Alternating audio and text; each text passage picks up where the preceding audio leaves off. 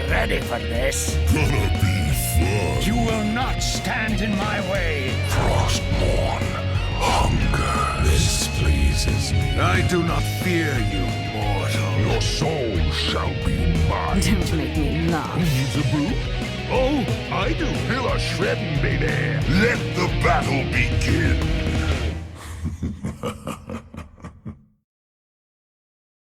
Low, Ariel needs to heal, doesn't miss the Nazebo though. She's quite low, a lot of damage coming out from the Gul'dan.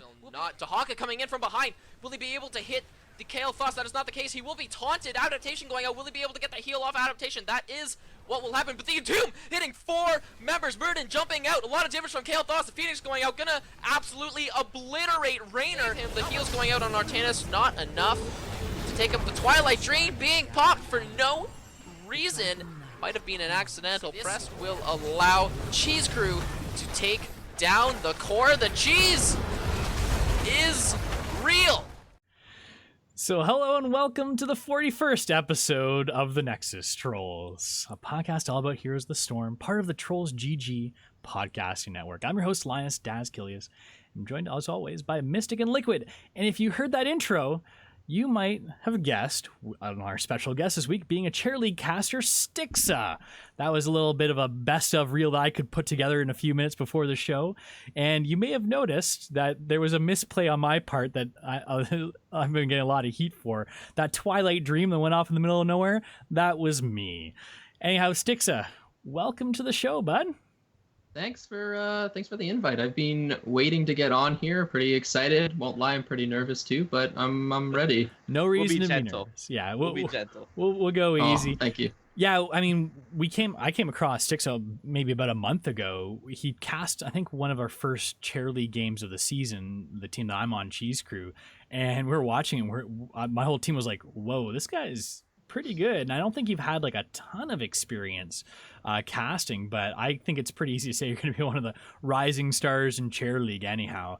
And I've seen nods from LiQuiuD, and LiQuiuD's he's a Chair League vet. So if you get the nod from LiQuiuD, you know you're doing good. So well, I appreciate that a lot. Yeah, and even too, you took the like the advantage of talking to the crew afterwards too. So you did some post game interviews too, which I thought was kind of a nice little touch. You put together and put into like a well produced like YouTube clip on your YouTube channel as well. So yeah, there's a lot to be said about producing something well, and I think that's what you've definitely done. Thank you. I put a lot of effort into that, or at least I try to. So I have to say one thing. So one of my biggest pet peeves with new Chair League casters, and probably just casters in general, is the people that don't put effort into it. They're like, nah, it's cool, man. All I have to do is like show up, and these teams are gonna play for me, and everything's gonna be great. It drives me nuts, dude.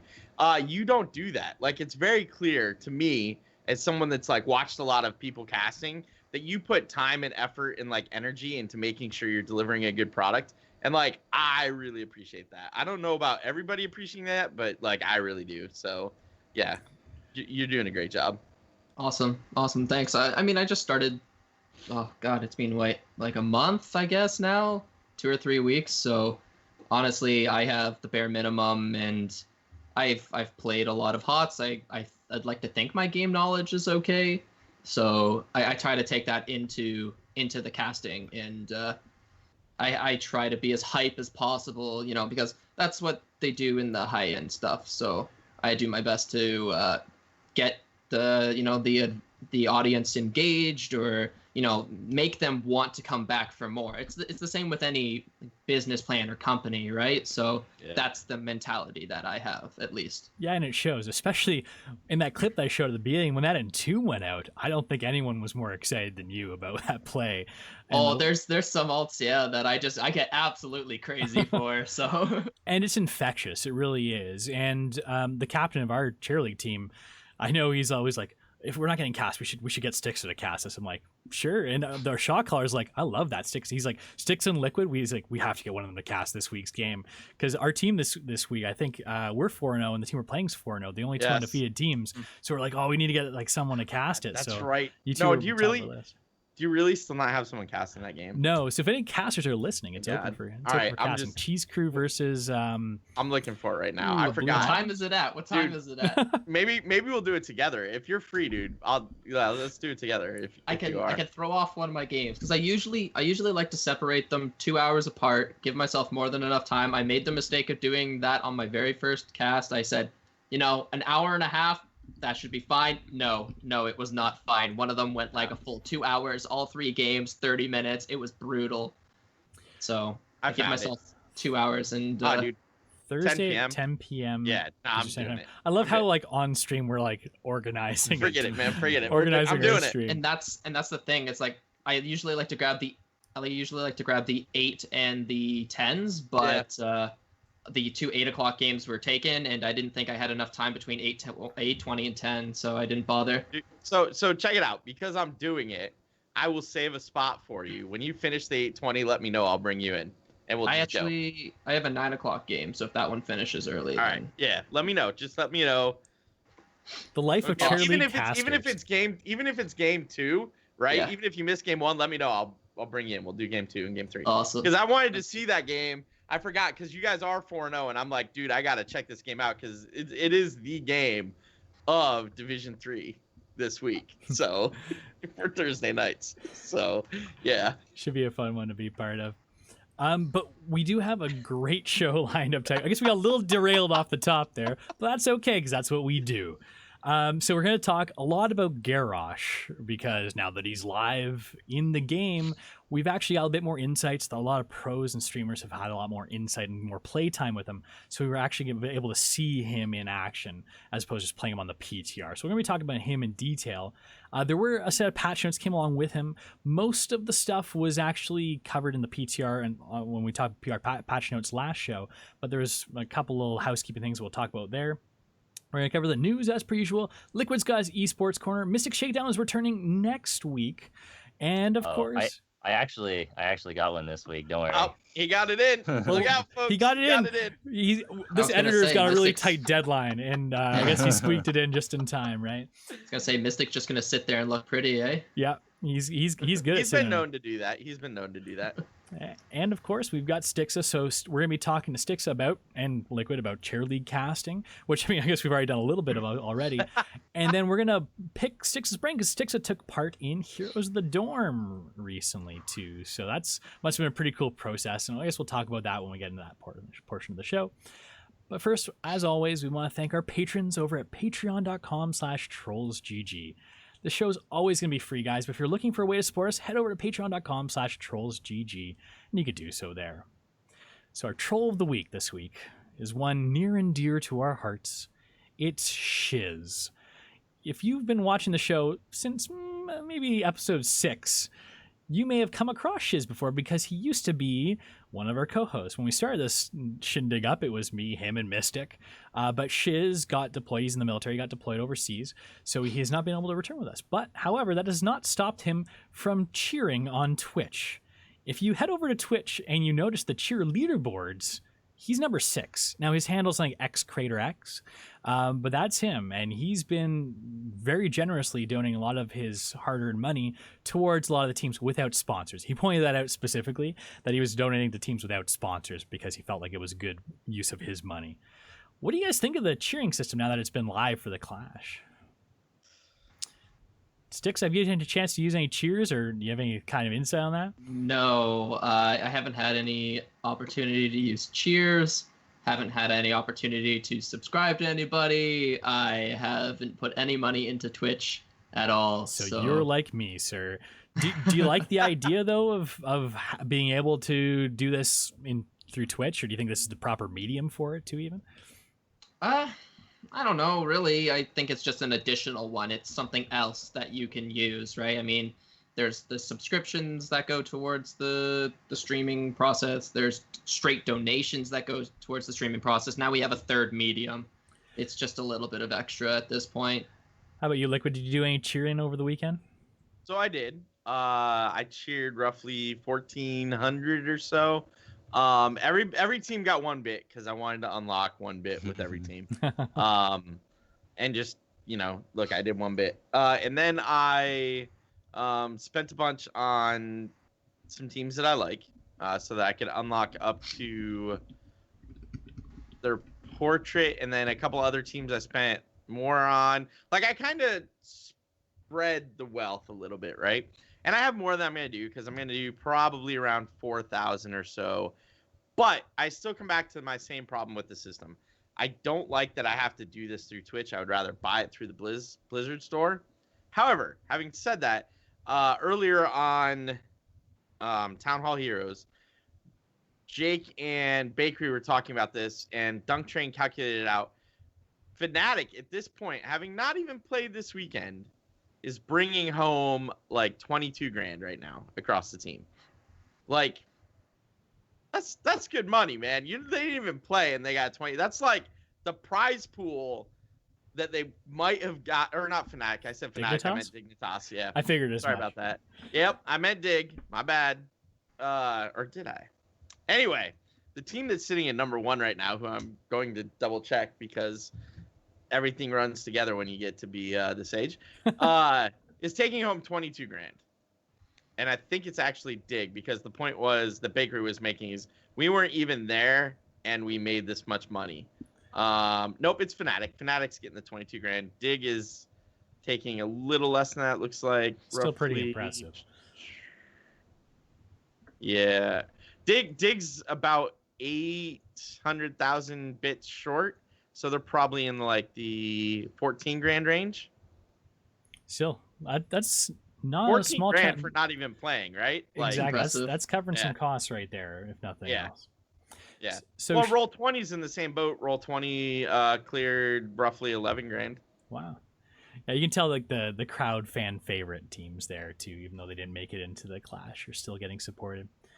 But Shiz, anyhow, buddy, we love you. Can't wait for you to come back stateside so we can get you back on the show, maybe for our 50th, which is coming around the corner pretty soon.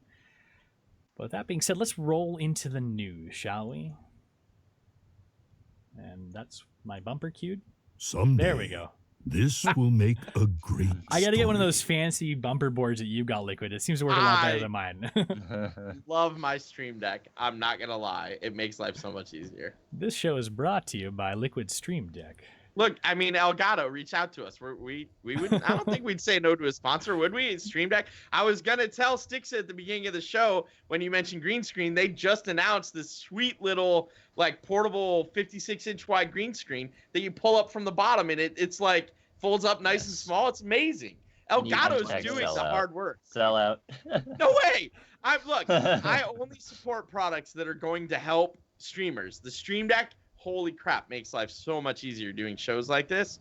Oh my god, like yeah, it's wonderful. You know what? If it gets us more free T-shirts for our viewers and people at BlizzCon, Right? Then it doesn't really matter. Sure, why Like, not, right? I'll sell out to give our viewers more product. This I'm is okay with this is that. for you guys. Yeah, that's right. Yeah, it's all for you guys. So Mystic, have you heard anything about the mustaches that popped up on the PTR last week? I've heard hide nor hair about this, and that's very unlike Blizzard to be quiet about some sort of tease, I'm assuming, for over a week. Yeah, I haven't heard anything either. It was just something that was put on there. Blizzard was like, "Oh, it is actually a bug. We'll fix it." And people speculated a little bit. Maybe it was a teaser for an upcoming hero or something. But yeah, there hasn't really been anything since. Strange, but I guess I'm kind of hoping. I thought for sure we'd find out within a couple days, but maybe it'll become more apparent over the next week or two. LiQuid's got a theory. It's a secret. They can't tell us yet. It's a secret. And here's what's gonna happen: the next hero won't even be related to the mustache, and then it'll be the hero after that, and we'll all have forgotten the mustache, and it'll drop, and we'll be like, "Oh, damn, that's what the mustache was about." Whoa, guys, I just figured it out. They were teasing Styx's appearance on our show today. Right? There you go. There you go. For the audio listeners, Styx's got a mustache and a goatee. So that's my tinfoil hat theory. Blizzard's finally recognizing the talent that is the Nexus Trolls. The Ogre's got it right. It's always a bug for Sombra, one way or the other. Yeah, well, so, we'll see. Yeah, I'm still putting my money on Sombra, and I mean it was pretty early off the heels of the Garrosh.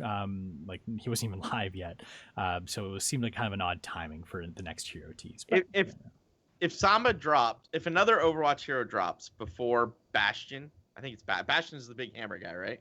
No, Bastion is the turret. No, you're right. Torbjorn is the big. No, hammer. No. Oh, not that. Know your hammer. lore, Oh, guys. Reinhardt. Reinhardt. Yeah, sorry, The I'm other- sitting here. The other like, hammer let's see guy. how this The other goes. hammer guy, right? All right. So if another Overwatch hero drops before Reinhardt, all of the warrior mains and heroes need to riot. LiQuiuD will be at the helm. I will be right at the front. Reinhardt or bust. Well, speaking of Overwatch, Hanamura is no longer in the game for an indefinite period of time. Blizzard's come and said, Hanamura's on hold. We heard the feedback. We need to fix it. There's no time frame given, but we're working on it, guys. We'll get it back as soon as we can.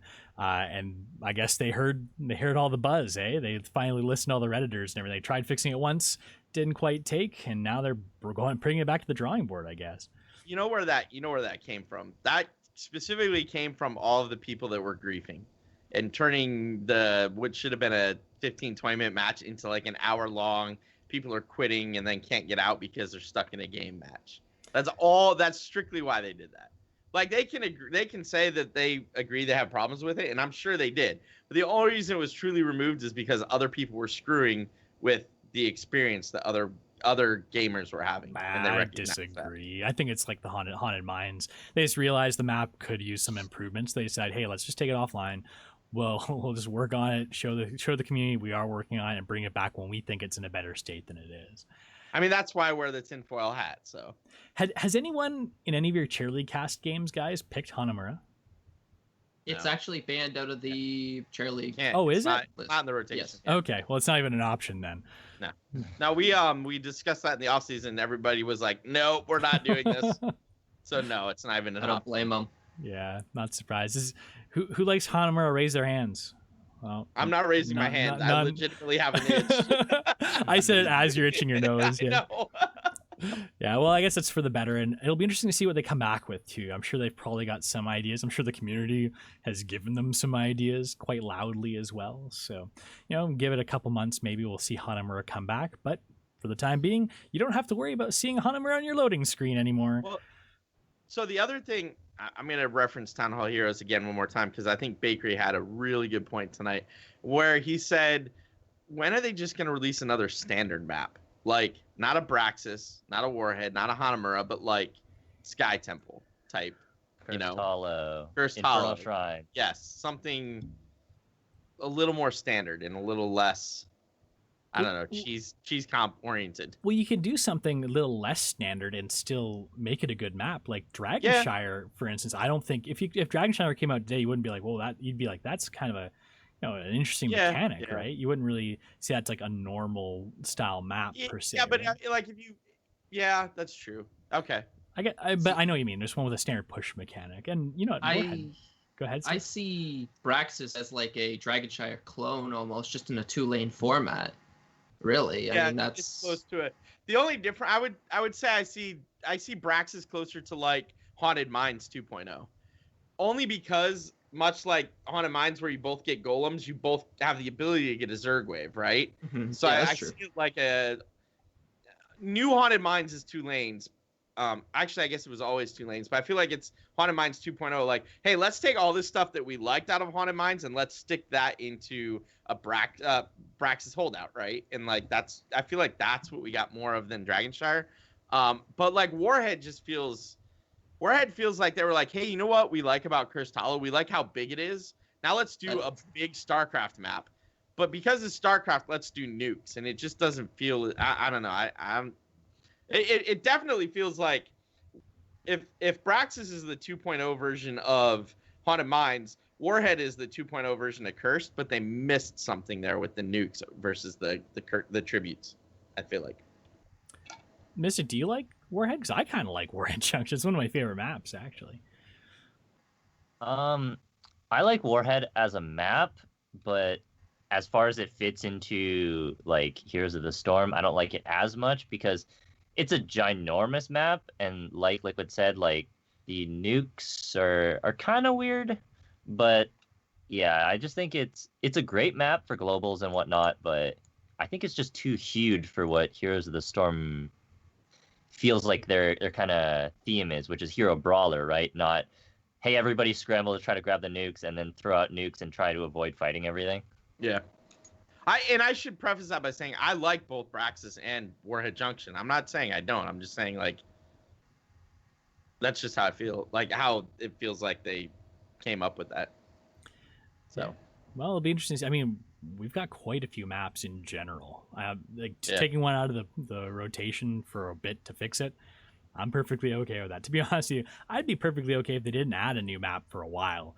This must be tough on new players too. Like, can you imagine someone? Well, I mean, I've been training a new player in the game, and every time a new map comes, he's like, "What's this one again?" And I feel like he's still been doing that, even though he's probably got 50, 100 games under his belt.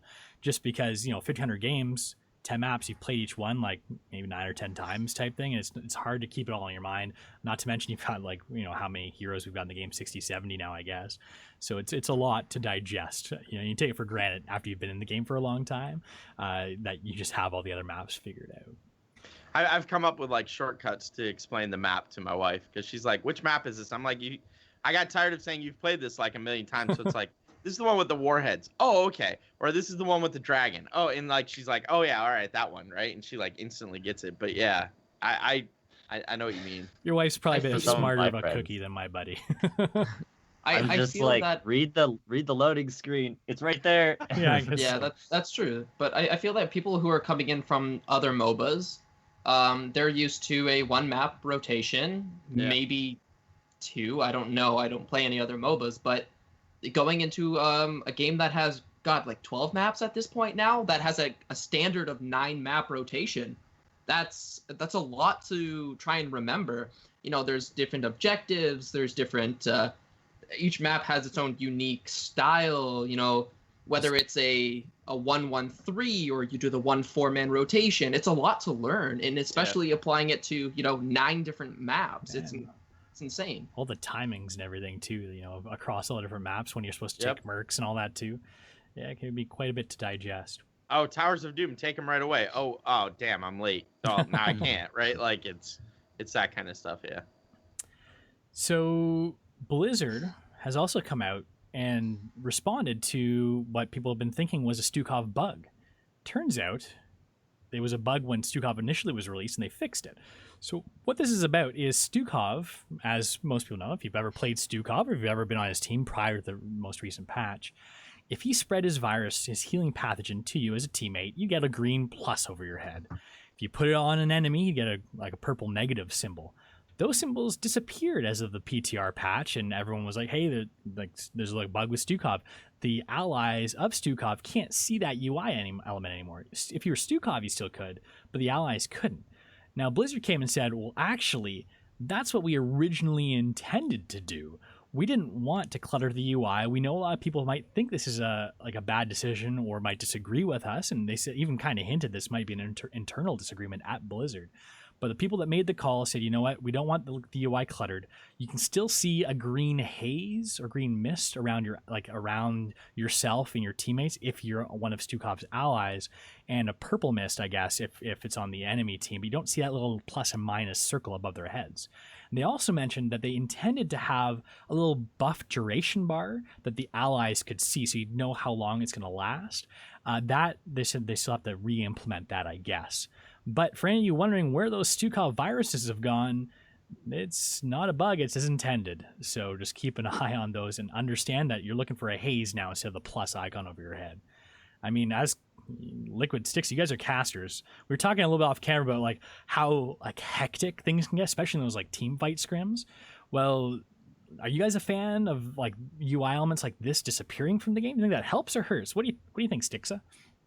I'm indifferent, honestly. I think having the UI on allows the team to be more aware of the situation and more aware that the healing is actually on them, so they can make those positioning movements to get into a spot where it'll easily spread to 2 or 3 other members on their team. Other than that, I mean, taking it away adds a more skill heavy kind of play style. So Stukov has to preemptively spread it to somebody who will be going into the fray or closer to people that are there, you know, it adds a different element while taking away another. I'm torn. It from a caster's point of view, you didn't need that specific. A caster's never gonna say, "Look, the heal just bounced to 4 people," right? That's However, true, yeah. having said that, a viewer might enjoy seeing that. I, as a viewer, would prefer to see that. I liked seeing it at HGC. It was nice to be able to see the couple of Stukov games, see it bounce back and forth. If I'm not casting a game, it's also nice. Like playing with the Stukov, that was a much cleaner, hey, you're being healed, or hey, you're spreading the heal type image than what you get now, right? So, like overall, I wish they had left it alone. But as a caster, it's not as important to me. As a caster, half the time I don't even use Blizzard's UI. I use Ali Obs' UI, right? Because he does a much cleaner UI than the Blizzard UI. So, you know, take it with a grain of salt, I guess. Honestly, now that I'm thinking about it, it's almost on the same aspect as Ariel, because when Ariel was originally released, her crown was put on a hero, and, you know, the rest of the team was unable to see that crown target, you know, and then now they've put it into everybody. Everybody can see this crown target. And, you know, that makes you feel more comfortable knowing that your Ariel is actually going to be receiving hope. Right. I feel like it's a similar kind of thing. Very in that good, case. very good point. I can tell, and Blizzard's kind of indicated this along the way, that they want to keep the UI as clean as possible, and making decisions whether to put a new UI element on the screen at any time, especially one that's persisting as constantly as Ariel's or Stukov's viruses. They think about that a lot, and they want to make sure that, hey, you know, like we get another 50 60 heroes in the game later, like there could be a lot going on. Maybe it's just more confusing than helpful. And like Styxa said too, there's nothing wrong with making it a little bit higher skill cap too. By like the mist is still going to be there. You might be able to notice it if you're looking for it, but taking those big circles off the top of their heads, hey, maybe that's something that's not necessary, because those are big elements. You're going to have, you know, 4, 5, 6 of those on the screen at one time. That can clutter up quite a bit. And it's like Blizzard's got OCD. They don't like having all that stuff all over the place. They got to clean up the UI, and I guess that's the way they did it. So we were talking last week about Butcher, because on the PTR he had all those changes to him, making him more of an early game. You want to gank and get that meat off hero kills as opposed to farming minion waves. And we were saying, you know what, this is probably going to be a buff to Butcher. Well, turns out he's flatlined in terms of his change on hot slogs, his win rate percentage. That being said, in Diamond and Master, he's way down, and in Bronze and Silver, he's way up. Which I guess kind of makes sense, because you're likely getting more ganks and kills and carrying the team, I guess, in Bronze and Silver, whereas Master level players are a little bit better defending against those Butcher ganks and noticing when he's hiding in the bush. Mystic Still early. Yeah, Sorry. it's still very early. There's not a lot of data. I actually Fringe from Gankbush, I saw him in the chat there. I was talking to him yesterday, and he mentioned that Dungtrain was speculating that this is a bit of a nerf to Butcher in his eyes. And I was like, well, Dungtrain's a pro player, and he's looking at it from the pro player aspect, whereas I think Butcher, I mean, has always done better in lower leagues because of the gank potential. What do you think, Mystic? Is it still too early to tell, or do you think it's a fair assumption to say that Butcher's doing better in lower leagues and worse in upper leagues because of the changes they made to him? I think that's exactly it, and I think Dungtrain is very justified in, you know, thinking that it's a nerf, because what it essentially did to Butcher was that it nerfed him before he gets his meat fully charged. And then after he gets that, it's actually a buff. So we're in Diamond and Master League, where players are much better at surviving and not dying and such, then you only get the nerf part of Butcher, right? Or you might even get the buff part of Butcher near the end, where it doesn't really matter. And then in the lower leagues, where kills happen left and right, and it only takes 8 kills or so to fully stack a Butcher, then he's much better down there, and he's seeing less of the weaker side and more of the stronger side. Well, hold on. I have to take a moment to disagree with my learned colleague here. While most of what Mystic just said was absolutely true, it's not that they're better at avoiding the ganks. It's that people at Diamond Master are how do I say this? They're experimenting less the first couple of days of a patch. They're not going out into a full gank comp. When you put Butcher into a full gank comp, he wins and he stacks quick. So I think we're going to see... I would like to lay down a challenge and say that I think next week we will see that number has shifted into the positive area. LiQuid's guarantee. That's what I think I'm going to go with. We'll come back to that next week and see. Are we talking Hero League or are we talking Team League here? Well, I don't know. Daz is the one doing the doing the numbers. I don't know if he limited it to that. I was just Hero League, but either way, we'll see how this shakes out. We'll have more numbers as of next week. And Ragnaros has had a bit of a dip as well. I mean, there were some nerfs and buffs to Ragnaros. Mystic, what's your take on Ragnaros, how he's been faring over the past few days now that he's gone live? I think he's more or less the same. It's just that I think his Meteor build is a bit stronger because it actually does like a lot. I'd say it does a lot more damage. Maybe that's just me, but I think it does more damage. The blistering attacks isn't doing as well as I thought it would be because Ragnaros still has to like get in there and like he Qs, he throws down his stuff and then he gets like one extra blistering attack and then that's about it, right? So more or less I'd say he's about the same. Yeah, I've come across a couple of Ragnaros. He hasn't felt much different. I noticed people were kind of experimenting with builds and such just because of the changes, obviously. So we're going to probably see a little bit more Ragnaros in quick match in the next little while. So I didn't get to see too much of the rag changes, but I was curious to. I think there's maybe it's the one that Mystic was talking about, the blistering attacks. Is that at level 4 or 7 or something like that? I think it's 7. Yeah. Okay, and I was curious if because it was every time an ability hits an enemy, or maybe it's just once. I'm curious if that procs for every single W hit or not. That was the assumption, and I'm pretty sure that's exactly. I think it's every time like an instance of damage from an ability procced on an enemy, so minions or heroes, it would reduce the cooldown on your like 10 seconds for your bonus attack damage for your next basic attack.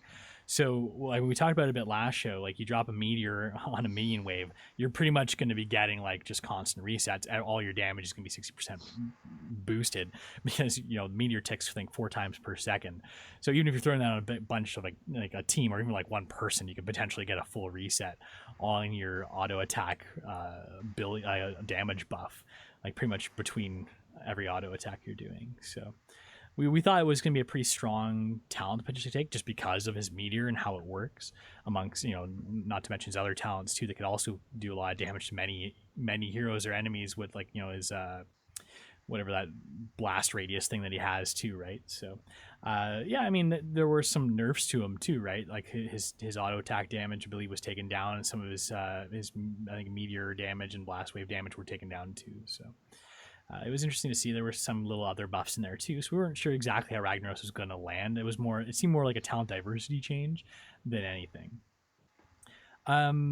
So there's a possible bug with Cho'Gall. What's this about? I feel like LiQuiud put this in here. I did put this. I mean, if it's like breaking news on Reddit, it was probably me. Okay, so there's a thing reported a couple of times today that apparently if you have Cho'Gall on your team and you get into this weird, everybody gets kicked out and then everybody rejoins. And then everybody gets kicked out and everybody rejoins. And it originally the thread actually said it was Cho'Gall plus Garrosh, but it looks like really it's a Garrosh type thing. I'm sorry, a Cho'Gall thing. It's just everybody's playing Garrosh right now that you see Garrosh. So yeah, that's what it is. And it's linked in our show notes if you want to check it out. Well, I'll have to check that out, sir, too, because I did not even know that was a thing. So LiQuiud. You know what time it is, right, bud? I do. I know exactly what time it is. Hey, yo, how you doing? It's time for LiQiuD's eSports Corner. That's right. And you're gonna want to stick around for this. I love that thing, man. Every time I hear that thing, it makes me smile. All right. So I'm only going to cover a little bit. We're going to go over some Western Clash results real quick and some Eastern Clash preview stuff. And then we will jump into the next topic, only because we got a lot to talk about tonight. And if you want to hear more, check out Trollin' HGC on at 9:30 tonight. Same channel, right after this show. Just a quick break. Bags and I will be covering all the esports news, not just a little bit you're going to get here.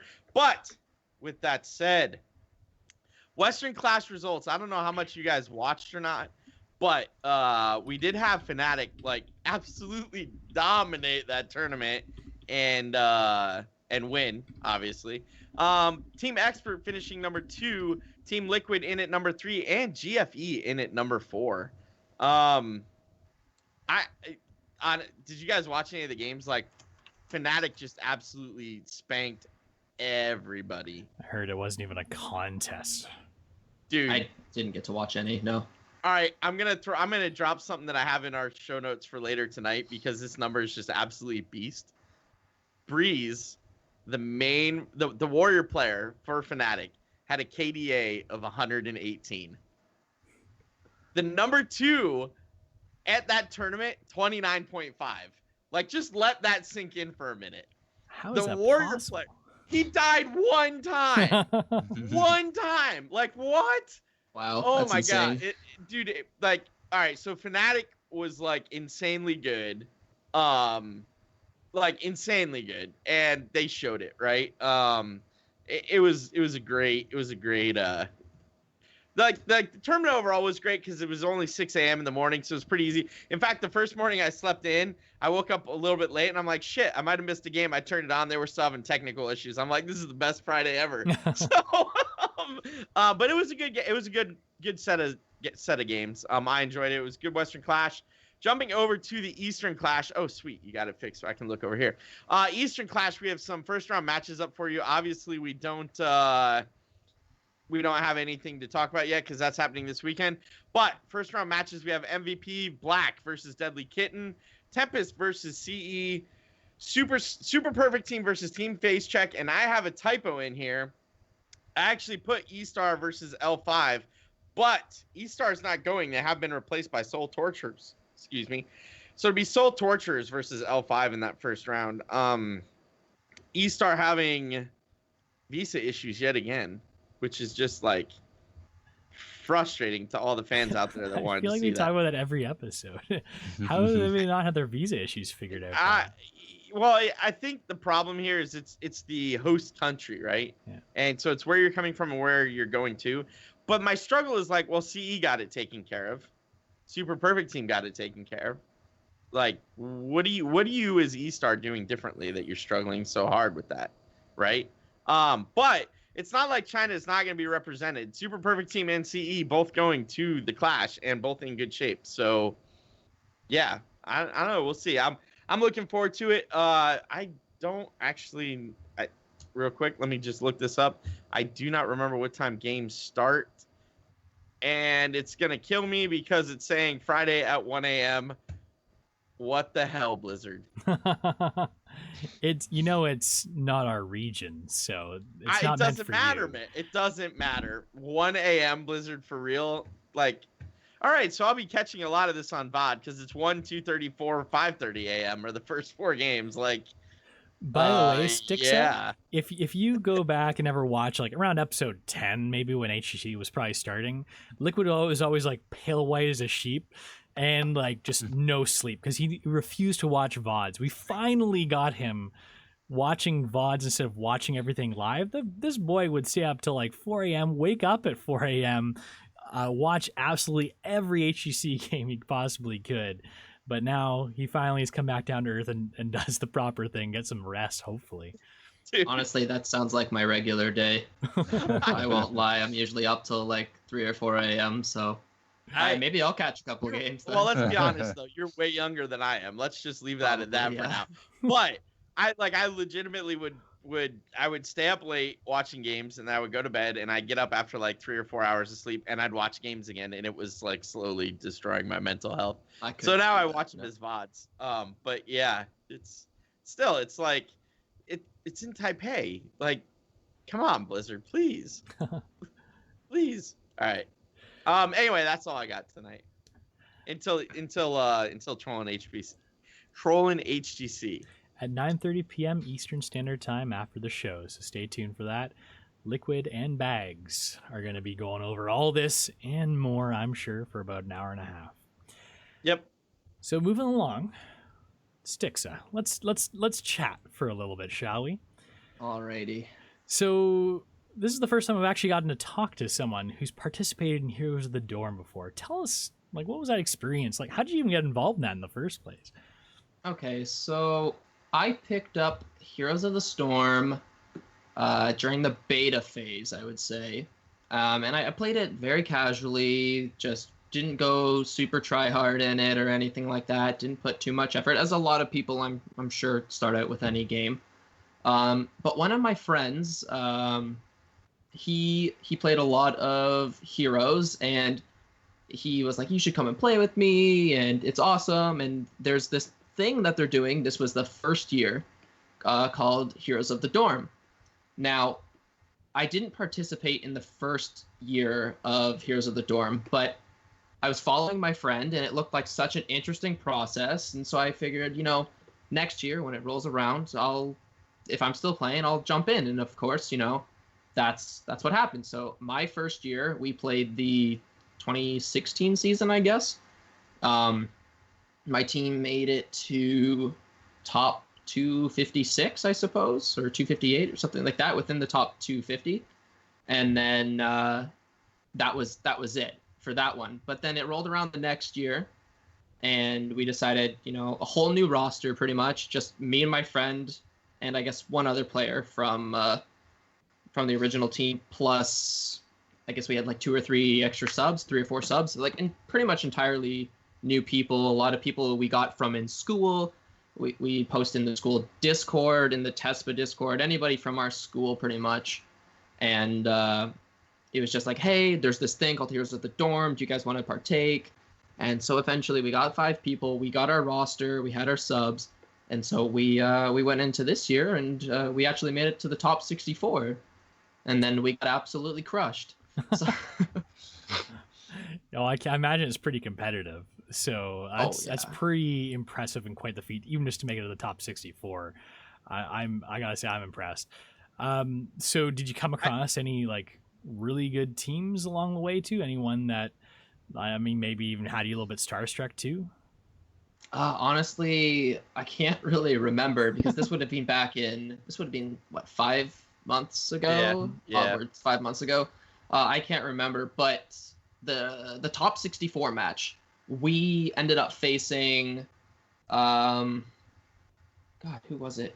Not ASU or LSU. Somebody who won Heroes of the Dorm maybe the first year. I can't remember who the victors of 2015 were. But I'm pretty sure we faced somebody within top 4 of the first year or something like that. So like, they were a pretty sturdy roster. We went in and we thought we were doing really well, and then just no. So I have 3 questions. Go. 1, are you doing it again? No, because our entire roster was actually seniors. Okay. So Okay. Everybody has graduated. Have you guys created an open division team yet? No, we haven't, because all of our people have graduated and have found jobs. Hey, All right, take it from myself, me so. and LiQuiuD. We graduated and got jobs a long time ago. We're still doing this. We've got Right? kids. I even. got kids and a job. I'm still here. Well, I was gonna. All right. So that my third question is a moot point then. So we don't need to go into that. Fair enough. Yeah, it sounds like a pretty cool experience. So did you like, you obviously would do it again if you could. Oh, definitely. I love the Heroes of the Dorm. It gets us to put in, like, we get to meet a whole bunch of different people, and my friend, I hope he's watching, or I hope he goes back here. So shout out to iBeam. And we actually met them in Heroes of the Dorm, and we were chatting with them, some friendly banter at the beginning of the game, and I was like, yo, add me. And so he's like, oh, after the game, I'll add you. And, this was, 2 years ago now at this point? And we still talk on a regular basis. We're a lot of, really good friends. Now, he's like 8 hours, 12-hour drive, and we have plans to, meet up and hang out at some point. So I'm pretty excited.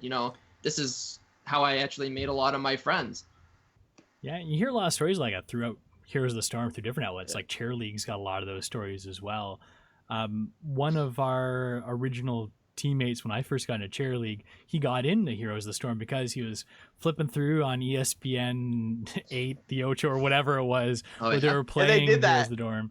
They totally went Ocho for one day. So I'm just saying. And he's like, "What's this?" And next thing you know, he's like level 1,000 in the game, 2-player level. Like he's fallen deep. I knew it. Fatty, that's a little shout out to Fatty there. But he got into the game through watching Heroes of the Dorm, getting interested through that outlet. So I've always thought, I mean, I guess last year might have been a bit of a hiccup year with the full Facebook bit, but I think it's given really good exposure to the game in general. Yeah, no, definitely. I think there's like a lot of people who, see it online or whether it's on TV and they pop in, or even people who are a fan of World of Warcraft or StarCraft. Maybe they have their own choice of Blizzard game and they're scrolling through the side bar there on the Battle.net launcher and they go, oh, what's this game? I've never seen this before. Or, oh, maybe I'll try this, And then you get the people, and that was what I was, I got the beta key and I was like, yo, this game is awesome. Let's go. Yeah, exactly. That's pretty much how I got into it too. It sucked me out from Hearthstone and got me into a much better game, Heroes of the Storm. Yep. Can't agree. Yeah, so is your whole Heroes of the Dorm experience and is that why you end up getting into casting too? Is that how you segued into it? So we used Chair League actually as our practice method for Heroes of the Dorm, for this year at least. So we went no holds barred right up to Division 1. And our team is really known for throwing. Like it is, oh boy, we would dominate like the first, let's say 15 minutes. And then as soon as level 18 to 22, whatever happened, it just went downhill. And that's pretty much how we lost almost every single Chair League game. And even the casters that were casting us, I have some of them on my friends list and they go like, you guys were crushing it. And then you guys would just die. Like you just get so bad. And luckily for us, we didn't apply the same thing into Heroes of the Dorm. We have people who play on a regular basis. Most of my team was Diamond to Grandmasters, so we have a lot of people with a lot of game knowledge. We had a really good shot caller, really good support, and it's just a lot of people who know the game well. So when we were able to play a lot together, we mesh as 5 very well. We all get along really well. So being able to apply that from knowing each other in real life and then going into a game, it works out that way, and I think that's a lot better. Turns out I have a question now. So is it a 3-part question? No, but it does segue. It does build off of my last series of questions and where I was going with that. Did you guys, during your whole lead up to this last year of Dorm, did you have either a coach or a manager, and were you scrimming other teams, or were you primarily just using Chair League as your warm up kind of thing? Okay, so we tried to get a couple of scrims, but most of the scrims didn't actually go through, unfortunately. So most of the time we didn't actually get scrims to go. So we did use Chair League for the most of it. Our tank player, or like our tank flex player, was he's our Grandmaster player on our team. And he is like our shot caller. He's got that's got all the game knowledge. He is actually or was a coach for one of the schools. Unfortunately, I can't remember what school at this point. He was our manager, air quotes. Yep. He didn't apply the same physics, I suppose, but it was the same theory. Okay, cool. So, I mean, LiQuid, as I said off the top, we're going to be interviewing you a little bit here, too. How'd you end up getting into casting? But I don't think I've ever asked you about that.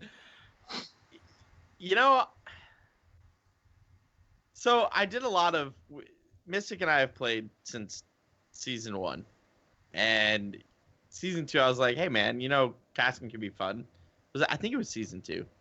And I was like, hey Mystic, you want to join me? And he's like, yeah, that's cool. We can do this. And I just started doing, I was like on a whim. I'm like, you know what, man, I could totally do that. Like, that looks like fun. I kind of understand the game well enough that I feel like I can get into this and do this. Something more to do. Because anybody that's watched the show for a while knows I like really care about the amateur scene and trying to like build it. Not that me casting a game is really going to like light bulb, oh my God, everybody's watching this game now. But, so I was just like, yeah, let me give this a try. And so Mystic and I cast a couple games, and like I found that I was really having a good time doing it. And actually, the last couple weeks have been killing me because I haven't been able to cast just because of work.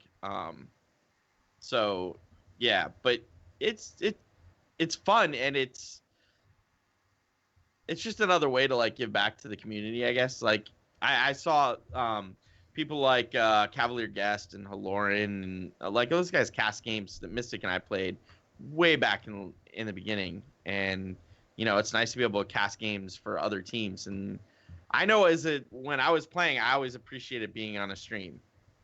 No matter how popular the stream was, I liked being on a stream. I could go back, I could watch the game later, I could see what comments the streamer was making.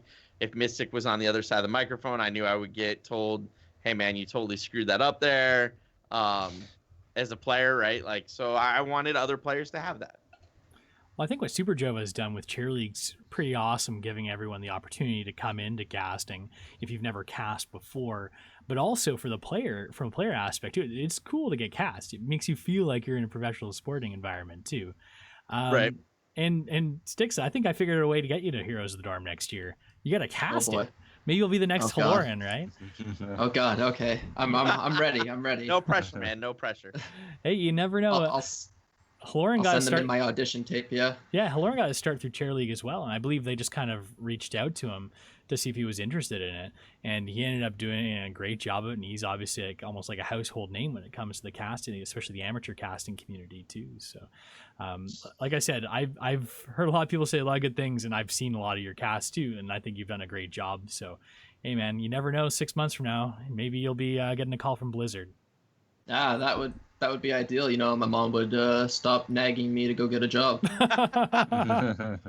This can surprisingly turn into a full-time job for a lot of people. I mean, yeah. You hear stories from Jay Howe, who quit his job, become a full-time caster with HGC and everything too, right? And that these opportunities just kind of pop up, and you can make them yourself too. And I feel like if you've got the talent and you've got the drive and you've got the production capabilities to do these kinds of things, you can actually go pretty far.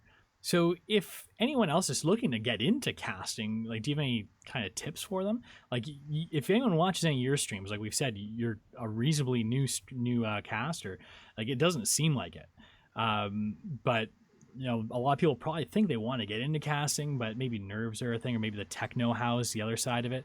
Do you have any advice to those people who are thinking about getting into casting, and how to take that initial leap into it, Styxa? The way I started off was streaming, just trying to get myself a regular streaming kind of schedule and stuff like that.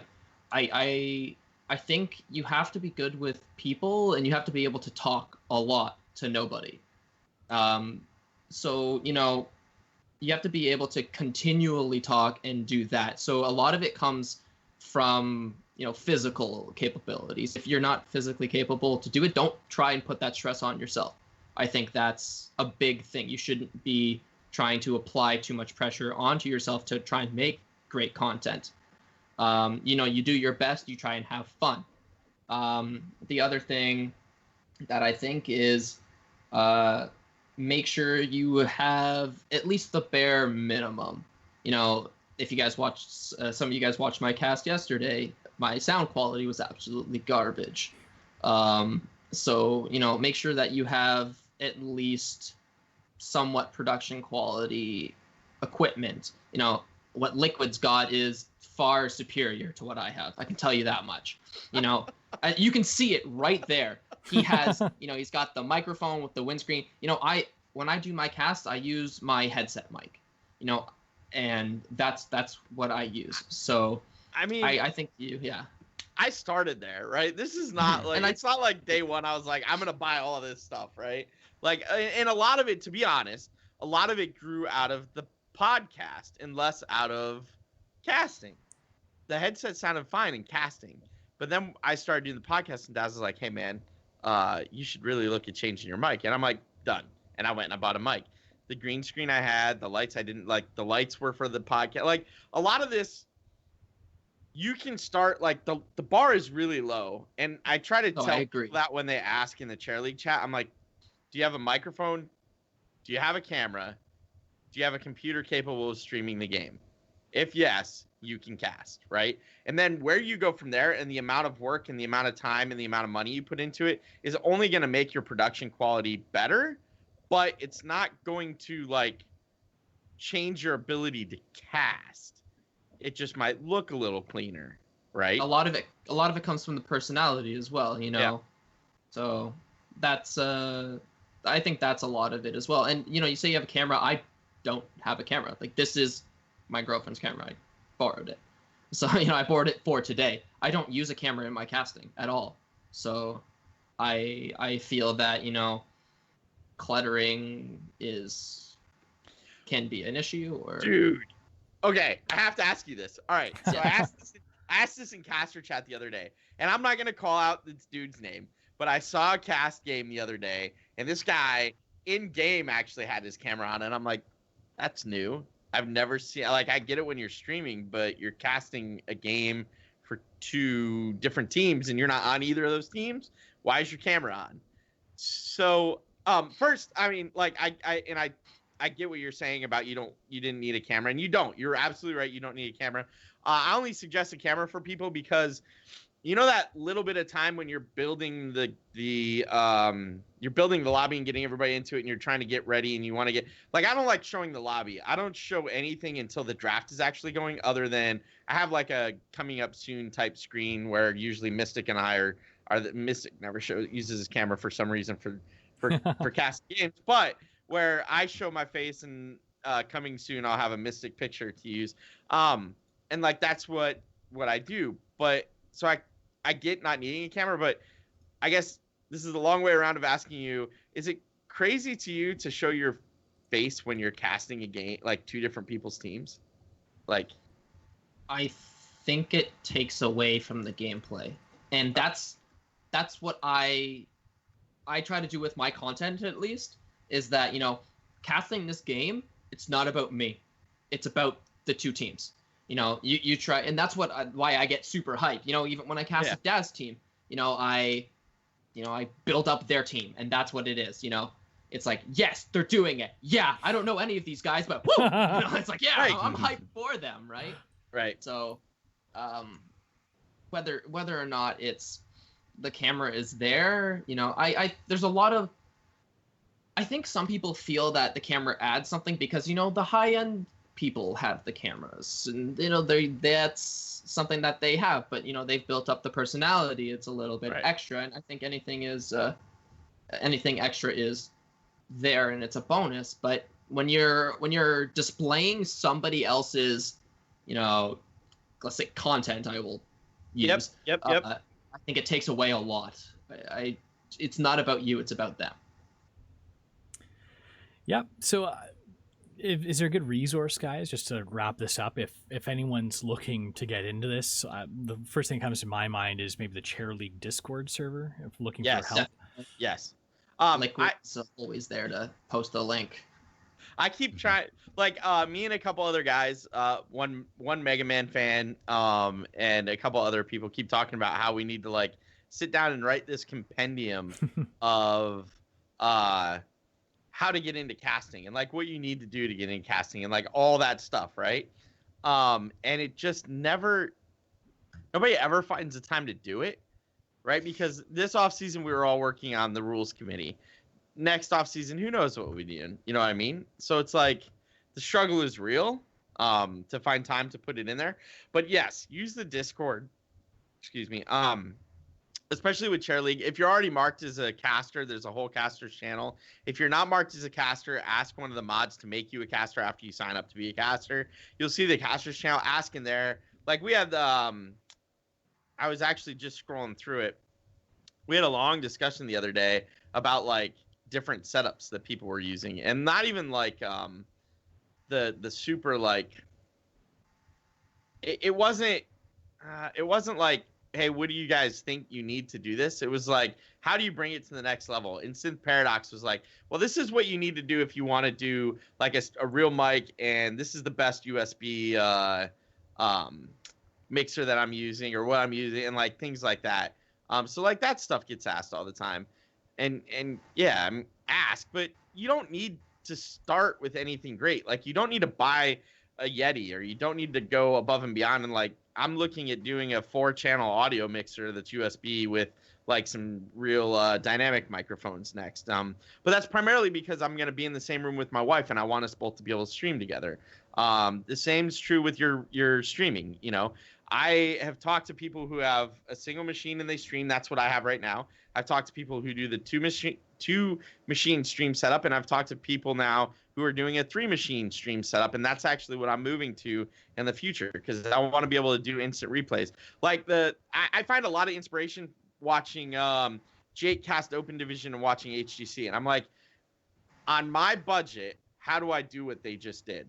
And like those are the things I look at, right? So I want to be able to do that picture-in-picture with the replay. But I know to do the picture-in-picture with the replay, I need to have at least a second computer, but a third computer makes it easier. I'm probably going to go to a second stream deck. Don't tell my wife that yet, because I haven't broken that news yet. But I'm probably going to have 2. I'm going to have one for the mainstream. I'm going to have one to work the replays, so that while I'm casting, I can just quick hit a button and be like, boom, and there's the replay, right? So like little things like that. But you don't need that stuff. All you need, like you need a microphone, and you need a computer that can stream. Like that's all you need to cast a game. Styxa, anything over that is like gravy. Are you getting a little bit of a glimpse into your future in 10 years here? you're gonna turn into LiQuid. Yeah, you know, like, and that's the thing. So for me, I have a computer that's, again, bare minimums. Like I built this computer, it's 4, 5, 6 years old at this point. So it's you know, it's reaching that point where I might need to get new stuff for it. It does everything fine, so I'm okay with that now. And of course, I'm on a budget. And as LiQuiud said, for getting into like, oh, what should I use? What should I get? Like here, you know, he pinned a great Amazon wish list there into the Discord chat, and I reference that on a regular basis. You know, like, oh, maybe I can get this to start out. You know, it's better than my headset mic. Oh, maybe I can get this. Maybe I can get this. And then it all comes down to like, oh yeah, I'm poor. No, I can't right now. Let's wait. All right, so real quick, I know we're short on time, but Aegis just asked a question. TLDR difference between Chair League and HGC Open.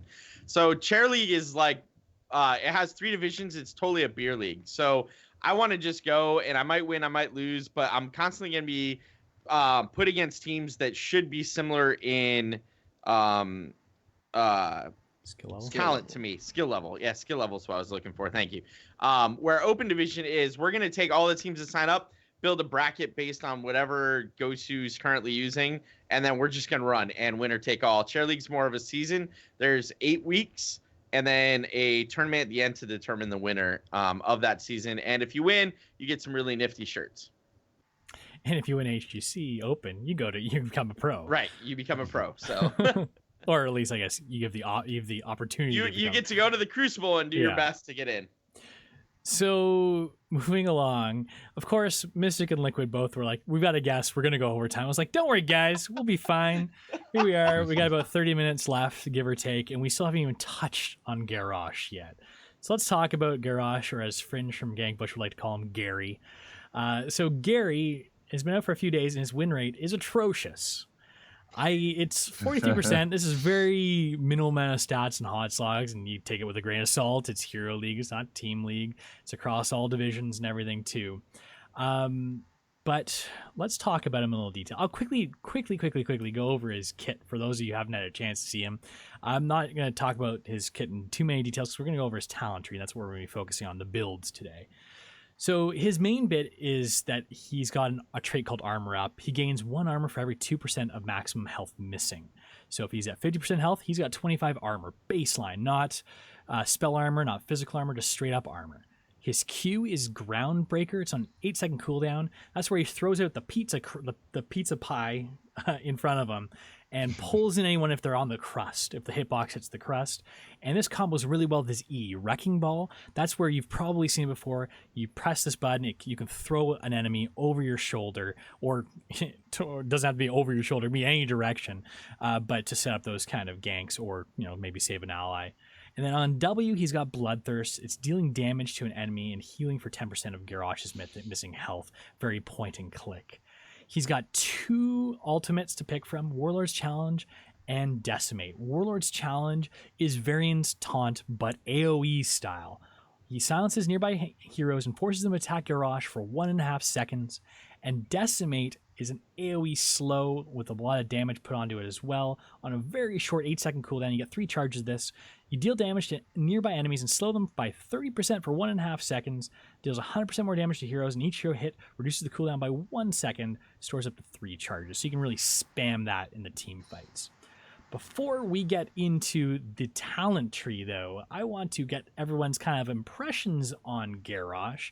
And actually, couple housekeeping things, too. We mentioned last show that you can't throw the Diva mech after she's popped out of it, the exploding one. However, it sounds like Blizzard came out and said that was a mistake. We wanted to make sure that you could do that in the live game, and they said they're going to do it. Has anyone come across it? Can you throw Diva's mech? Is that confirmed? Worked earlier. Yeah, I can confirm. Awesome. Dude, oh my god, you can troll and you can save. It's oh my god. So Asmodan's no longer the king of dunks, I guess. Is it now Garrosh? No. Asmo's still got Gary in that. Yeah. I want to throw out just one thing. It's never one thing, but go ahead. It's gonna be one thing, I promise. Because I think Grubby tonight, just literally 3 minutes ago, probably tweeted the best comment I can say, and I think this feels correct, and that kit wise, Garrosh is not a solo tank, but if you play him, his exact tweet was, kit wise, I don't believe Garrosh can solo tank, but my every experience runs counter to that. It seems he can solo tank like a boss. It says boss, by the way. All right, boss. I actually have to agree with that. Mystic gave me a lot of grief last week because I said he's not a solo tank. Man, you get in the game and you can solo tank with that dude. I don't know if it's people don't know how to play against him or what. You can solo tank with Gary. What do you think, Styxa? Do you think he's a solo tank? I haven't really experienced too many games with him, and when I did, I was playing Diva, so I was playing the bruiser role, that extra meat in the composition. So I unfortunately haven't really seen him as a solo tank, and even when I queue in against Garrosh, there's always another tank, whether it's Varian or like Zarya or something. There's always another tank, so I haven't really seen it. He is right. There are a lot of right now queuing in, you get a lot of double warrior comps, but I've maybe had half a dozen games where it was a single warrior Garrosh and it worked out fine. I was watching the Core podcast, or listening to it today actually, and they had an interview with the lead designer on Garrosh, and one of the things that he said that they always wanted to do with a throw you over the shoulder talent is make it so that he can make that huge play, and that's something that really excited him when he was initially designing this character. Now I gotta think, as casters, you guys gotta love the throw them over the shoulder potential for wombo combos. If you get excited by Entomb, this is going off every 16 seconds. Just you guys wait. The hype will be real. I expect to see that tomorrow night, Daz. You need to make that happen. So work with your team. We don't want anything banned out prematurely if anyone on the opposition's watching the show.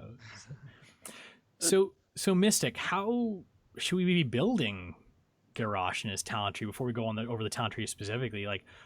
What has your research shown? Are we talking build him for tankiness? Do we put stuff into his Q? Is W his E? What are we looking at here?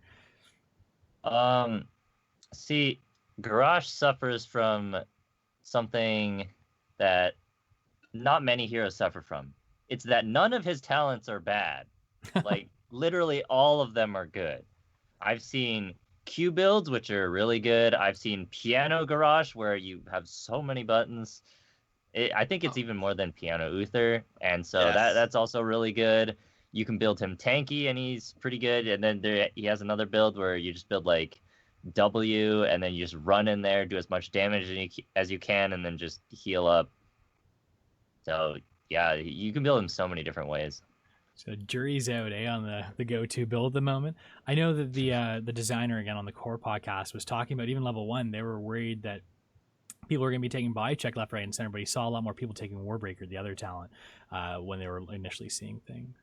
I don't get, like, I'm looking at hot slogs. I don't get the number 1 talents pit. Like, I guess it works if you want to build specific way, but I feel like part of his win percentage challenge right now is that there's no standard build. I think if we were to go back, and maybe this is a good Dr. Daz's science lab, go back and like evaluate win percentages when the talent when you're in a Garrosh situation where every talent is good. So you have people like all over the map talent wise versus when there's like a standard build.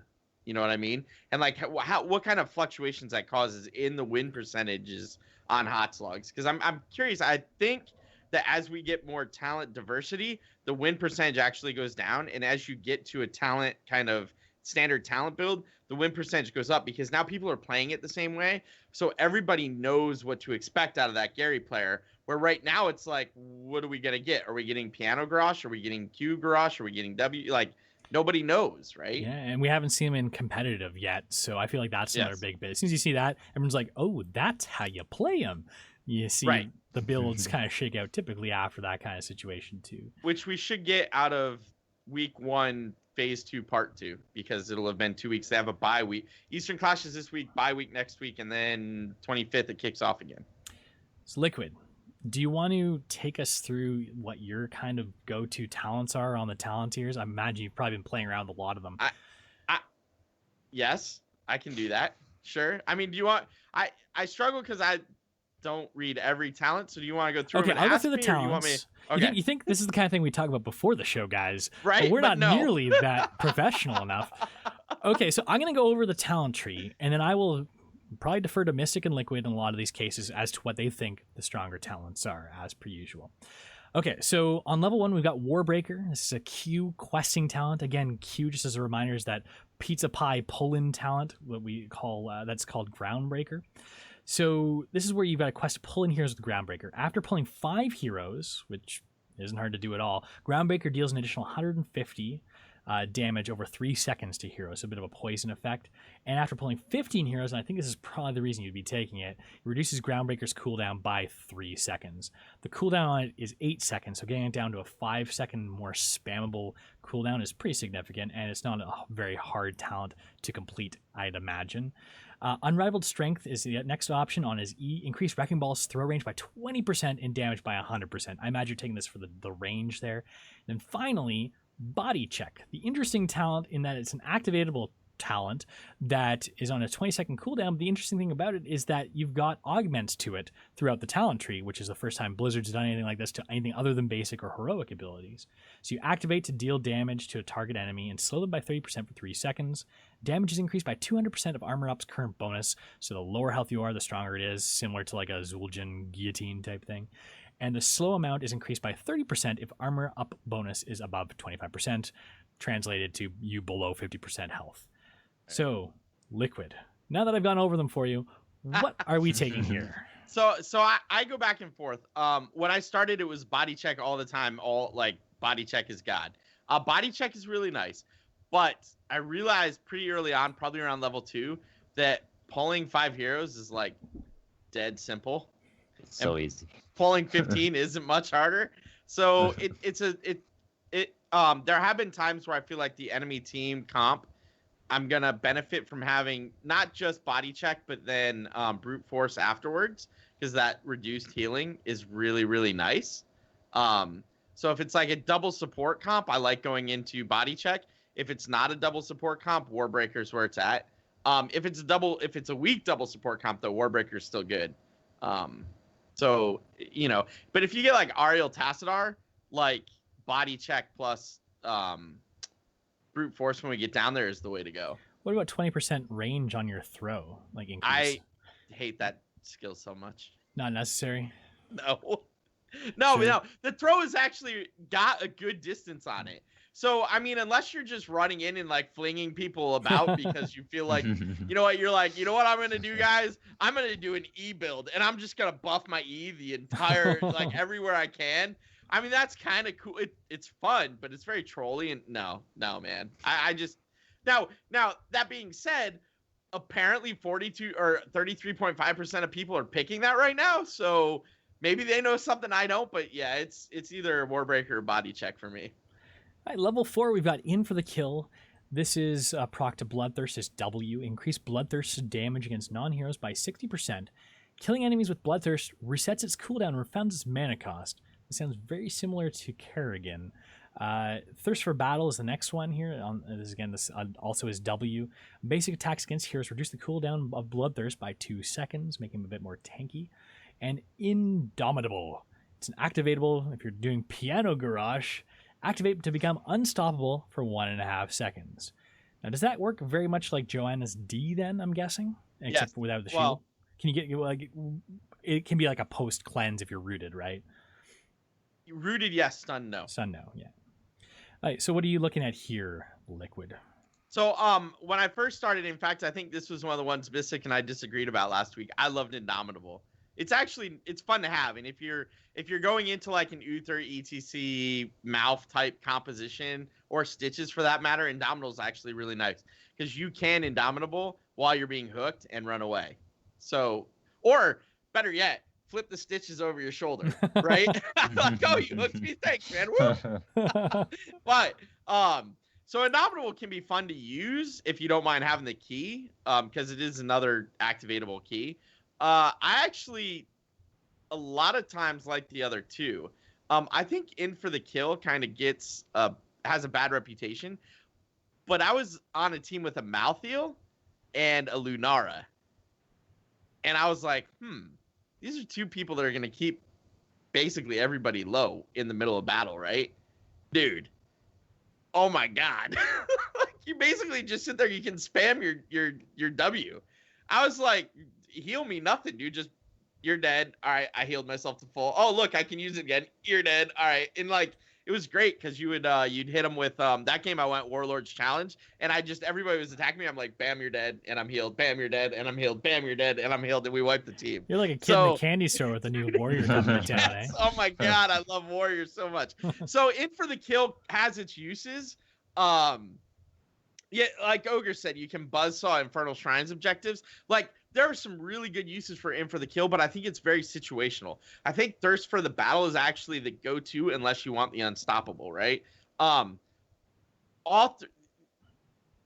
Like you said, Garrosh suffers from a very rare problem. Like, almost every talent is useful in a situation, right? So, yeah. All three on that tier are good. It just depends what you're up against. All right, level 7, we've got Intimidation on his Q. Groundbreaker reduces the attack speed of heroes hit by 40% for 4 seconds. Brute Force, this is a body check augment, so you have to have taken body check at 1 to get this. This was like I was talking before. Enemies hit by body check receive 50% reduced healing for 4 seconds. Oppressor, this is a passive ability. Basic attacks against heroes reduce the target's spell power by 40% for 2.5 seconds. And finally, the most trolly ability in the game, Into the Fray. It's an activatable, adding to the piano keys, 30-second cooldown. This is a separate cooldown from his throw over your shoulder standard bit. Activate to throw a nearby ally and grant them 25 armor for 3 seconds. Deals damage to nearby enemies upon impact and slows them by 30% for 2.5 seconds. While in the flight, allied heroes are unstoppable, so you can throw them over roots. Unlike Muradin when he jumps away. Maybe this is even a case to throw Muradin over a route. Something we haven't been able to see him being able to do for a long time. Okay, Mystic, maybe we'll get your impressions on this talent tier. What do you think about this one? Well, as far as they're all good, I think that Brute Force, it's really good, but, a bit more situational, right?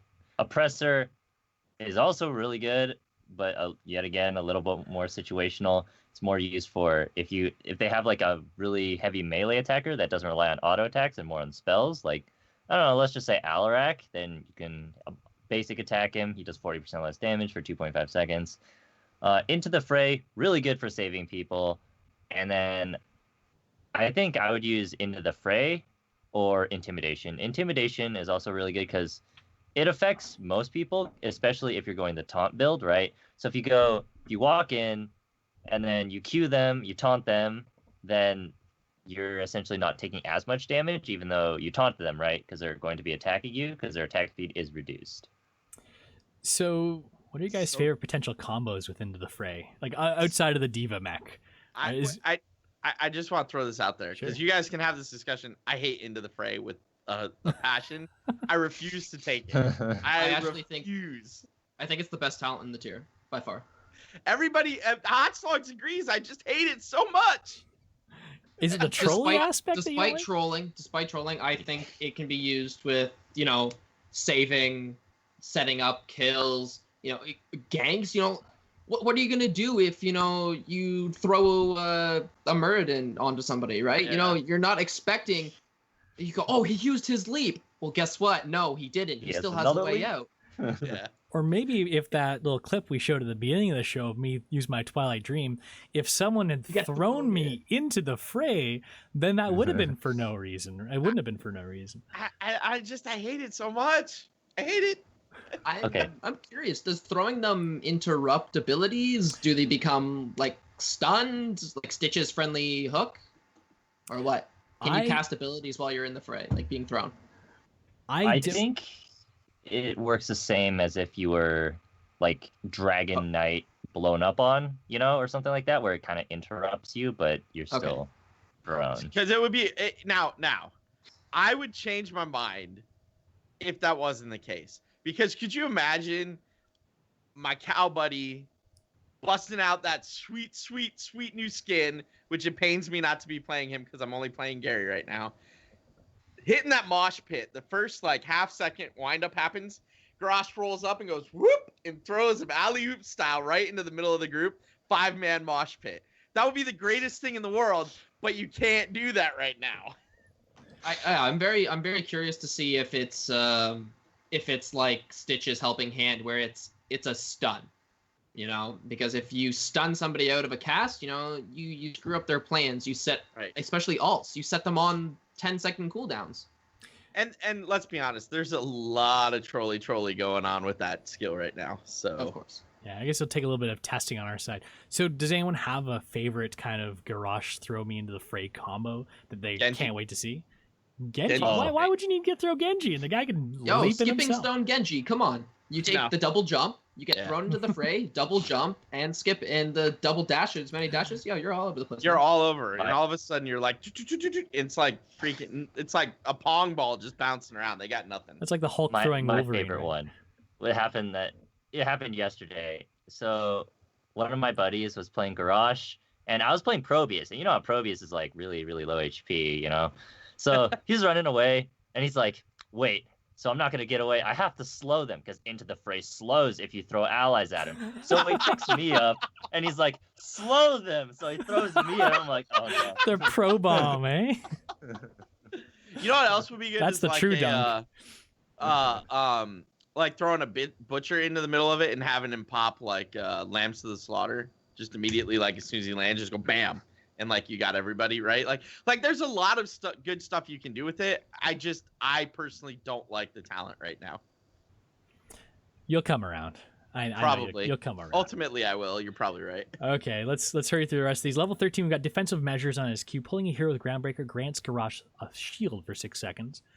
Blood Craze on his W. When hitting a hero, Bloodthirst heals for an additional 10% of Garrosh's maximum health over 3 seconds. An extra little heal. Double Up. This is where the armor up can be activated to increase its armor bonus by 100% for 3 seconds. So we're looking at a survivability tier. LiQuiuD, you said he wasn't tanky. Which one makes him the most tanky out of these three, or is it situational? So it's situational, because obviously all of them are good. I find myself most frequently going into defensive measures, especially if I go into Warbreaker at 1, right? Yeah. Warbreaker at 1, because then I'm already trying to I'm constantly trying to pull people in, especially if I go Warbreaker Warlord's Challenge. I know I'm pulling him to me if I can get the 350 point shield for 6 seconds on a solid like pulling him in that works. But you know, an extra 10% of heal is good, but I don't like the over 3 seconds. That's kind of, I don't know, mildly frustrating to me, but it's okay. I double up feels like a trap to me and has the whole time.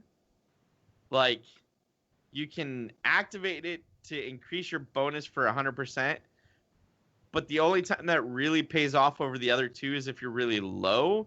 So you're basically saying, I know I'm going to be low, like the whole... It's the Zul Jin problem, right? Like, in order for that talent to be good, you have to be low. And it's like, I don't want to be low. I'm like, I'm tanking. You don't want me to be low. Like, I get that my kit says, well, the lower I get, the stronger or the less damage I take, but I don't want to sit where I need to for double up to be as effective. So... Hi. Level 16, we've got Rough Landing on his cube. Heroes pulled by Groundbreaker are slowed by 50% for 3 seconds. Mortal Combo, if Wrecking Ball is used on a hero within 2 seconds of pulling them with Groundbreaker, Wrecking Ball's cooldown is reduced by 10 freaking seconds. And Earthshaker, Wrecking Ball stuns enemies near the impact area for 0.75 seconds. LiQuiuD, take it away. I like Rough Landing and Mortal Combo here. Rough Landing is nice, especially if you have a... they move quickly. So, I like Rough Landing. But I also like Mortal Combo because it frequently, if you're trying to set something up and you know, once you've figured out the pizza slice, it's easy to try and, I shouldn't say it's easy, but it's not as challenging to pick one person off with your Groundbreaker. And if you can do it right, like that's a lot of distance between where their team is and where your team is, right? And so getting that extra, I pulled you in, I flipped you over my shoulder, the rest of my team's going to gank you, and now I have 10 more seconds off my cooldown is nice. And if it takes them 5 seconds to get away, you can throw them over your shoulder again. Right. So there's something to be said about Mortal Kombat. I find that I don't take that as often, though. Do you want to say Mortal Kombat? Because I do every time I do. Every time I say that, I want to say Mortal Kombat, and I'm like, no, it's not Mortal Kombat. Could you imagine Garrosh just Mortal Kombat? Yeah, and he's right? That'd be awesome. Now I'm going to have that music stuck in my head for the rest of the day. Right. Level 20. Just Garrosh running down just in the background. Level 20, Death Wish. Increases the duration of Warlord's Challenge by 0.5 seconds. That's the AoE stun ultimate. If an enemy hero is killed while affected by Warlord's Challenge, its cooldown is reduced by 45 seconds, bringing it to a 5-second cooldown. Yes, 5-second cooldown. We've got Deadly Calm. This is the augment to Decimate ultimate. Heroes hit by Decimate deal 20% less damage for 3 seconds. Titanic Might. Wrecking Ball now throws 2 of the closest enemies. And then finally, Inner Rage, which is a body check augment. Again, this won't be available if you didn't take body check at 1. Body check gains an additional charge, and its cooldown recharges 100% faster, while Armor Up's bonus is at or above 25. LiQuiuD. So here's my little secret that we didn't talk about. I don't like Decimate. I just don't like it's great. Decimate is not the I want to blow up that team and I want to act as a solo warrior. Decimate is great if you're in a 2 warrior and you have someone else adding CC. But if you don't, taking Warlord's challenges is basically like Varian Taunt, right? And if you're going to solo Varian, the standard solo Varian is dub taunt talent, right? Like that's just the way it works. The standard Garrosh, if you're going to solo tank, should be Warlord's challenge. It should not be Decimate, right? In my opinion, take that as you will. So with that said, I will typically go Death Wish or Inner Rage. I don't like the Titanic Might. I don't like throwing 2 heroes because I like throwing 1 hero and then having it like that hero should die, right? And then it immediately becomes a 5v4, a 4v3, a 3v2, whatever it is. That hero should die. And if I'm throwing 2, it's no longer our advantage. It might be an even fight. Maybe we win, maybe we don't, right? So I don't like Titanic Might. It has very low pick rate right now, which makes sense. Inner Rage also has a very low pick rate, but I feel like that's really situational, especially if most of the teams that I've played on that have gotten to 20, which have not been a lot of them because this game doesn't usually go to 20, we've worked out the wombo by the time we hit 20. So having Death Wish is like we can wombo just that much more, right? It's like up 5 seconds, man. All you have to do is kill 1. If you can kill 1 quickly, it's up again. Like, just make sure it's not an auto attack heavy team, right? Right, exactly. Get into trouble there. Well, but even that is okay because in theory you have pulled them in with your groundbreaker, right? And then what is it? It's intimidate, and you have intimidation already. So even if it's an auto, or do you mean your auto attacking team? Like which one were you? Like the other team because they're attacking you. Because you at that point you have intimidation and up to delaying it 40 seconds, and like you've built that way. So like that's the nice thing about Garrosh, and I think that's why I'm so jazzed about playing him right now. Every talent is a good talent. Like there's a reason behind, except for like the two that I said were absolutely garbage, like Into the Fray. But every talent is a good talent. And they have their purposes. So that is the cool thing about Garrosh. I can't wait until the 25th, man. I'm like so psyched to see pros start like in HGC games, like doing this. Like the potential for like what you can, like I want to see Breeze play Garrosh so bad I can't even like explain it. The dude with the 118 KDA died one time at Western Clash. I want to see him play Garrosh. He's not kidding, so folks. bad. He really does. Or Justin. Like I'll take it. I want both. Like let's do this. So yeah. So if you can tell, LiQuiuD likes Garrosh and he's really excited about him. So Blizzard, dude, it's the only warrior we've gotten in like a year. I mean, it's like Christmas. It comes once a year, the solo warrior. Okay, so just wrapping up the show, we got a couple things to talk about the patch notes because there was a couple little changes. We're not going to go over last week's PTR patch notes, all like the changes to Ragnaros, changes to Butcher. We already covered those last week. We're just going to talk about the differences between that PTR patch and the one that just went live. Now, the only real change is an omission they forgot to let everyone know about. The Dragon Knight had missing patch notes since the Stukov patch, whatever that was, a month ago. So turns out the Dragon Knight got buffed on the Stukov patch. He does double damage to minions. He's got more health, more time in the Dragon Knight off the bat, and more damage from Flame Breath and his charge. Basically buffs all across the board. So if you're wondering why that Dragon Knight was hitting harder, or why you were doing better in the Dragon Knight, well, guess what? He actually got changed, but no one really knew about it until Blizzard came out and told us. And best bug fix award for this patch goes to 7-Side Strike will no longer target D.Va's mech during self-destruct. So if you're trying to bleed down D.Va's mech, thinking that you could somehow destroy it, you can no longer target it. So sorry Kerosene players out there. You're being fooled in the first place trying to get rid of it, but now it won't actually target it, so you can't use it as a defense. As a D.Va. Yep. Can I throw something out there? Yeah. HGC Western Clash was played on that Stukov patch with the Dragon Knight buff. Did they know that, I wonder? You know what? I feel like the pros know about some of these bugs and they don't tell us necessarily. Like Black Magic said, he thought it felt stronger, but he thought it was getting good. So maybe similar situation. They thought it felt stronger, but didn't know. Or maybe like they talked about it at HGC before the patch notes came out. Like Friday or Thursday, they had a team meeting and, they said, look, this was patched. Yes, it's stronger. Blah, blah, blah. Right? Like, who knows?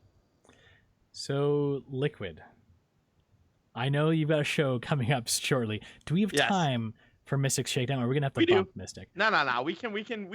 Let's do the Shakedown. Let's do the Shakedown. Mystic, it's time for the Shakedown. Mystic, I require service of you. I come to you as a friend, asking you to shake down this situation for me. What are you doing? I felt the need to, I always kind of mutter it. I felt the need to ad-lib it as it went to see how that went. Who knows? An experiment on my part. I thought no one would really even notice, but apparently you guys did. Of course, the audio-only listeners definitely won't notice that I was mouthing the words to that as we went. But anyways, Mystic, why don't you shake down the situation for us? Okay, so for today's topic, I'm going to look at the aspects of good abilities. This also counts for heroes too.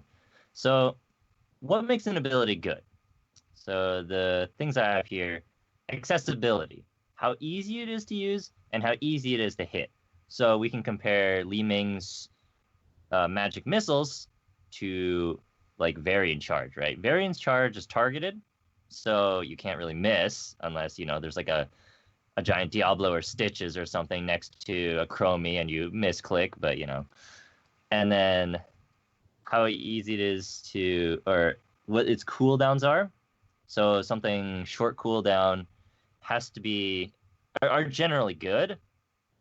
And then stuff that's long cooldown need to have something that warrants the long cooldown, like comparing basic ability, which are generally weaker, to heroics, which are generally stronger and have more cooldowns. Third thing we have is wave clear. So we can have an ability that has really low cooldown, but it could have like really crappy wave clear. For example, like Genji's Shuriken, right? It shoots 3 little Shuriken. They don't really wave clear that much. Like, it does okay damage, but it's not something to KT's Flame Strike, right? Which hits really hard, has like really good wave clear, but in turn has more cooldown than Genji's Shuriken, right? And then the next thing we have is damage. So damage, everybody knows damage. Use them to kill heroes, right? So stuff like, I'm just going to go back to Li Ming again, where you have her orb. It's on a decent cooldown. It's moderate. Like, it's not that hard to hit, but it's not, like, super easy to hit. But it does really good damage for the cooldown and how easy it is to hit. So if you hit it at, like, almost max range, then it does a ton of damage. And it's AoE as well. And the next thing we have is crowd control. So crowd control, like Variant Taunt, which is 1.25 seconds, I believe, compared to Uther's Stun, which is 0.75. Now, they're both, like, basically stunning abilities. And Uther's is basic, while Variant's is heroic. Now, even though Variant's has a slightly longer cooldown, it's fairly close, but it stuns for about 0.5 seconds longer, and that makes it warranted as a heroic. So then the main thing I want to talk about here, like for an example, is Garrosh's Decimate versus Warlord's Challenge. I'm sure LiQuiud is very eager to hear what I think about this. So let's look at Decimate for a second. So it is 8-second cooldown. It does very little damage. AoE slows heroes for 1.5 seconds, and it does 100% more damage to heroes. And for each hero hit, it is reduced its cooldown by 1 second. So, in my opinion here, very good accessibility because it's very easy to hit. It's AoE, it's just around you. It has a fairly decent range. Its cooldown is fairly short, and its cooldown gets reduced for every hero hit. It's not so great as wave clear because it doesn't do that extra damage. It doesn't give you the cooldown either. So while it is an AoE ability, it's all right for wave clear. It's not so hot. Crowd control, I'd say it's pretty good because it's 35% slow for 1 second. I think it's 1 second, or was it 1.5 seconds for every time you hit it, and you can store up to 3 charges.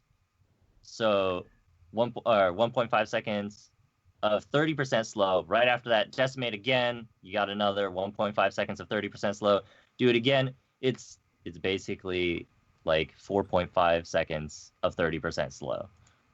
AoE too. So that's pretty good. It scores pretty good in almost all the areas. I can tell LiQuiud's dying to counterpoint that. You know, LiQuiud? Debate! We've got a debate coming. Maybe next week we can do the HOTS debate, because it is LiQuiud versus Mystics on the next episode of our HOTS debate. So maybe I'll have to save it for that. Is there anything else you want to say? Sorry, Mystic, for interrupting you there. I thought you were winding down anyways. Oh, I was just going to talk about Warlord's Challenge. Oh, sorry. Go So Warlord's Challenge, accessibility, it has somewhat of a short range, but it is also AoE, not as big as Decimate, but it is AoE. So its short range its accessibility is not as great. Its cooldown is 50 seconds, which is not bad for heroic and what it actually does.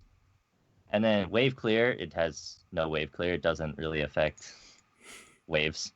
It does no damage. Its crowd control aspect, though, is very high. It's a 1.5 second AoE taunt. Now, if it was I don't know, let's just say a 30-second cooldown, I'd say it would be pretty good. But since it's 50-second cooldown and its crowd control aspect is fairly high, but it does no wave clear, no damage, and it's a bit harder to use because it's melee range, and combined with the fact that Garrosh has no gap closer besides like his Q, which is kind of a gap closer. No way to get him in there is what I mean. Aye.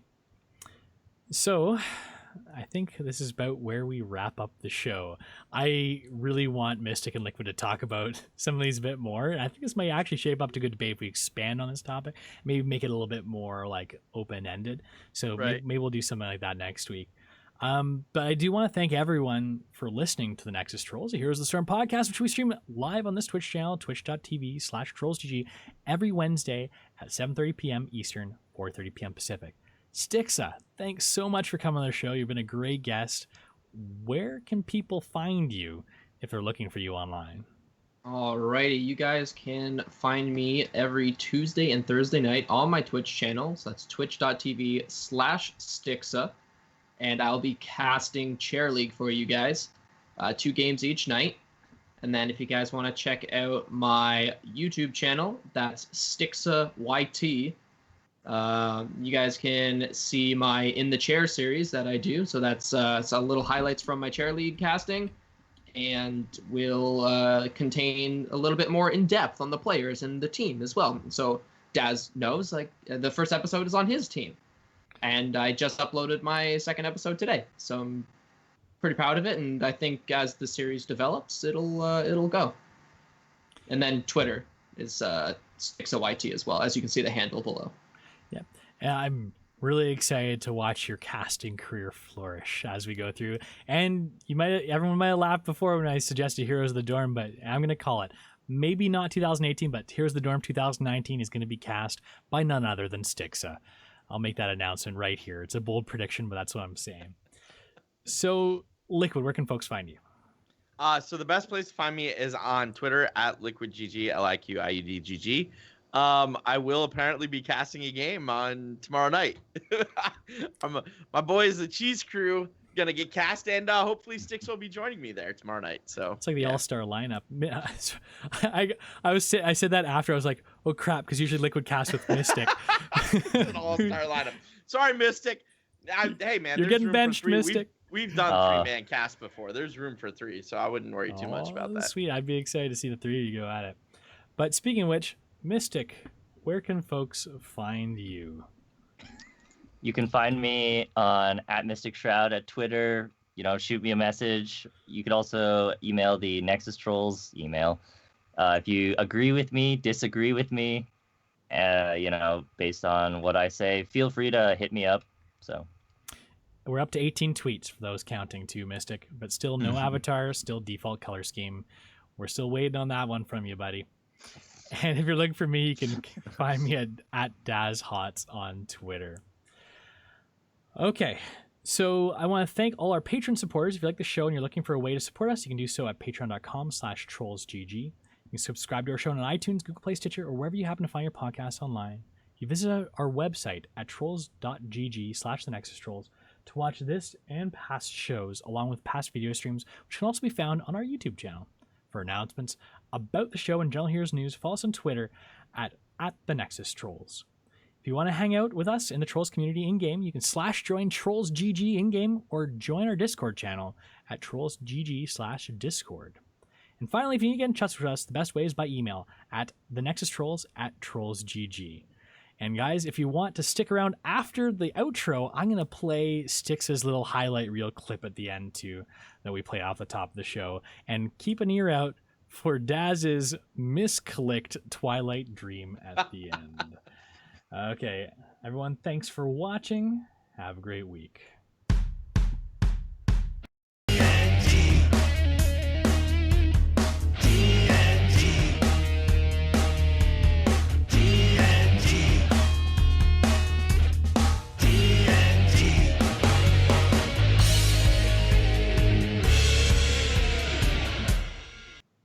Ariel needs to the heal, doesn't miss the Nazebo though. She's quite low. A lot of damage coming out from the Gul'dan. Not Dahaka coming in from behind. Will he be able to hit the Kale Fuss? That is not the case. He will be taunted. Adaptation going out. Will he be able to get the heal off Adaptation? That is what will happen. But the Doom hitting 4 members. Burden jumping out. A lot of damage from Kale Fuss. The Phoenix going out. Gonna absolutely obliterate Raynor. The heal's going out on Artanis. Not enough to take up the Twilight Drain being popped for no reason. Might have been an accidental press. Will allow Cheese Crew to take down the core. The Cheese is